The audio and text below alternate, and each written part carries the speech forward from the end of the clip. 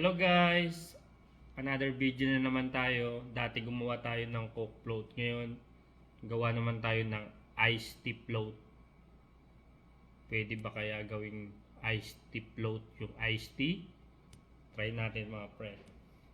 Dito kailangan natin ng ice cream na galing sa Krumes. Chocolate na galing kung saan saan. Yellow para mag-float ang ice cream galing dagat,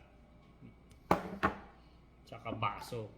Okay, simple lang guys. Kailangan natin mag gloves, okay, kasi kakamayin natin yung yellow, so kailangan natin ng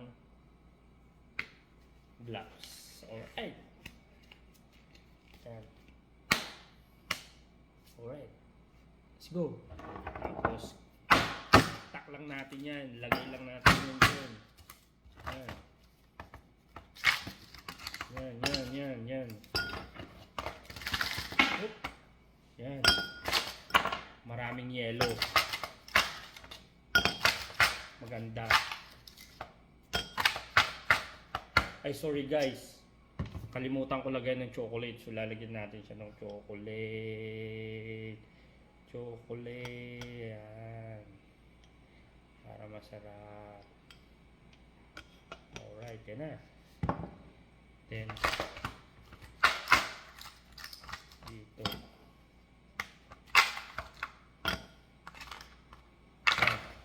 bali pre, hindi ko na sabi kanina na kailangan ng iced tea. Ito na ang iced tea. Iced tea po yan mga pre. Bali dalawang sachet yan, tinunaw ko dito. Okay, so okay na siguro yan. Lagyan pa natin isa.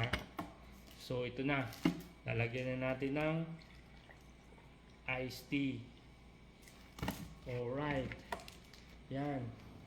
Then kailangan natin ng chocolate and ice cream. Okay, lagyan natin siya dyan. Yan,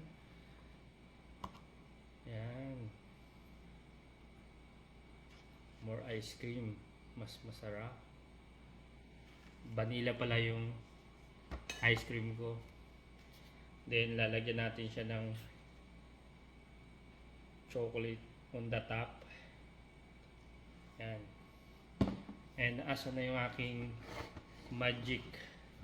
Sorry guys, kasi ang gulo ng ito na ang aking iced tea float in Bahamas. Guys, yan na siya. Guys, tingnan nyo. Iced tea float gawang Bahamas. Alright, enjoy!